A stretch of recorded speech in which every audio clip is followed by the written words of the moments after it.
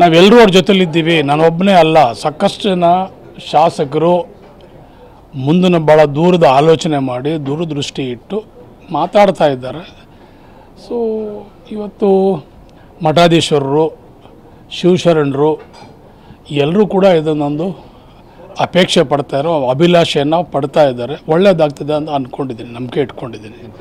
ಹೌದ್ರಿ, ನಾವು ಅದನ್ನೇ ಹೇಳ್ತಾ ಇದ್ದೀವಲ್ಲ, ನಾವು ಎಲ್ಲ ಜಿಲ್ಲೆಯ ಶಾಸಕರು ಒಗ್ಗಟ್ಟಿನಿಂದ ಅವರು ಮುಖ್ಯಮಂತ್ರಿ ಆಗಬೇಕು ಡಿ ಕೆ ಶಿವಕುಮಾರ್ ಅಂತ ಹೇಳ್ತಾ ಇದ್ದೀವಿ. ನಮಗೇನು ಅದರ ಮೇಲೆ ಭಿನ್ನವಾದಂಥ ಅಭಿಪ್ರಾಯ ಇಲ್ಲ, ಜಿಲ್ಲೆಯ ಜನಾಭಿಪ್ರಾಯನೂ ಹಾಗೆ ಇದೆ. ನಾವು ಶಾಸಕರೆಲ್ಲ ಹೇಳ್ತಾ ಇದ್ದೀವಿ, ಅದೆಲ್ಲ ಈಗ ಹೈಕಮಾಂಡ್ ತೀರ್ಮಾನ ಮಾಡಬೇಕು. ಸಚಿವ ಸ್ಥಾನ ಕೊಟ್ಟರೆ ಬೇಡ ಅಂತಾರೆ ಸರ್. ನನಗೇನು ಬೇಡ ಅಣ್ಣ, ಮೊದಲು ಶಿವಕುಮಾರ್ ಆಗಲಿ, ನಡೀಲಿ, ಸಪೋರ್ಟ್ ಮಾಡಿ. ನಾನು ಅದನ್ನು ಒಪ್ಪೋದಿಲ್ಲ. ರಂಭಾಪುರಿ ಸ್ವಾಮಿಗಳು ನಮ್ಮವರು, ಆದರೆ ನಾನು ಒಪ್ಪೋದಿಲ್ಲ ಅದನ್ನು. ಮುಖ್ಯಮಂತ್ರಿಗಳ ಕುರ್ಚಿ ಖಾಲಿ ಇಲ್ಲ, ಸಿದ್ದರಾಮಯ್ಯ ಅವರು ಮುಖ್ಯಮಂತ್ರಿ ಇದ್ದಾರೆ, ಯಾಕೆ ಸುಮ್ಮನೆ ನಮ್ಮನ್ನೆಲ್ಲ ತಿಳಿಸ್ಬಿಡ್ತಾರೆ? ರಾಜ್ಯ ಸರ್ಕಾರದ್ದು ಕೇಂದ್ರ ಸರ್ಕಾರದಲ್ಲಿ ಬಹಳಷ್ಟು ಕೆಲಸಗಳಿರ್ತವೆ. ಸೊ ಭಾಳಷ್ಟು ಮಂತ್ರಿಗಳಿಗೆ ಭೇಟಿಯಾಗೋದಿತ್ತು.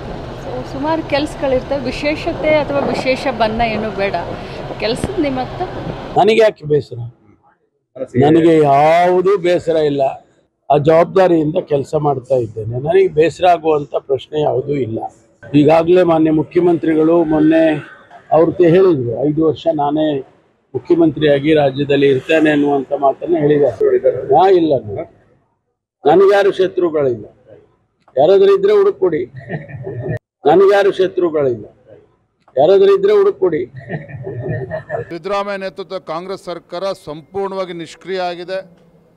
ಸಿದ್ದರಾಮಯ್ಯನವರು ಆಡಳಿತದ ಮೇಲೆ ತಮ್ಮ ಹಿಡಿತವನ್ನು ಕಳೆದುಕೊಂಡಿದ್ದಾರೆ. ಆಡಳಿತ ಪಕ್ಷದ ಶಾಸಕರು ಮುಖ್ಯಮಂತ್ರಿಗಳ ಮೇಲೆ ವಿಶ್ವಾಸವನ್ನು ಕೂಡ ಕಳೆದುಕೊಂಡಿದ್ದಾರೆ. ಇದು ವಾಸ್ತವಿಕ ಸತ್ಯ. ಈಗಾಗಲೇ ಸುರ್ಜೇವಾಲಾ ಅವರು ಒಂದು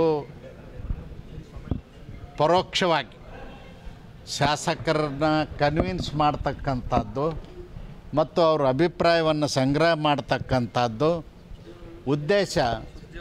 ಮುಖ್ಯಮಂತ್ರಿ ಬದಲಾವಣೆ ಮಾಡ್ತಕ್ಕಂಥದ್ದು ಉದ್ದೇಶ. ಇರಿಗೇಷನ್ ಇಲಾಖೆಗೆ ನಮ್ಮ ನಿಗದಿಸಿದೆ. ಎಲ್ಲ ಪಾರ್ಲಿಮೆಂಟ್ ಮೆಂಬರ್ಸ್ಗೆ ಮೇಕೆದಾಟು ವಿಚಾರ ಇರ್ಬೋದು, ಕೃಷ್ಣ ಅದು ಆದಾಯ ವಿಚಾರ, ಇವೆಲ್ಲ ಕೂಡ ಅಪ್ರೈಸ್ ಮಾಡಲಿಕ್ಕೆ ಅವರು ನಮಗೆ ಸಹಕಾರ ಕೊಡಬೇಕು.